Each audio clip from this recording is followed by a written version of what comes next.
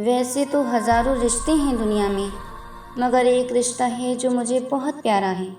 वो अनमोल रिश्ता है मेरा और मेरी बहन का, क्योंकि वो ही तो मेरी ज़िंदगी का सहारा है। जितनी मोहब्बत मेरी बहन मुझसे करती है, उतनी ही मैं उससे करती हूँ।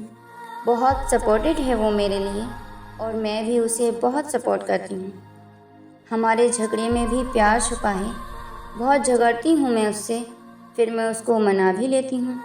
मगर कुछ भी हो, हमारा बॉन्ड सबसे स्ट्रांग है। जो बातें घर में किसी से शेयर नहीं कर सकती, वो सब बातें मैं उसको बताती हूँ। ज़रूरी बहुत है वो मेरे लिए, इसलिए उस पर अपना हक जताती हूँ। वो भी तो मुझे उतना ही हक जताती है। मेरी माँ जैसा वो मेरी केयर करती है। वो साथ है तो हर चीज़ राइट है, वरना छोटी से छोटी चीज़ भी रॉन्ग है। लेकिन उस दिन का सोचकर सहम जाती हूँ, जिस दिन वो मुझसे दूर चली जाएगी। कैसे रहूँगी उसके बगैर? किससे अपनी हर बातें शेयर करूँगी? बातें तो होंगी हर रोज़ उससे, पर वीडियो कॉल पर उसकी कमी कहाँ पूरी हो पाएगी। चलो छोड़ो, ये तो दुनिया का दस्तूर है, मैं इसे कहाँ बदल सकती हूँ।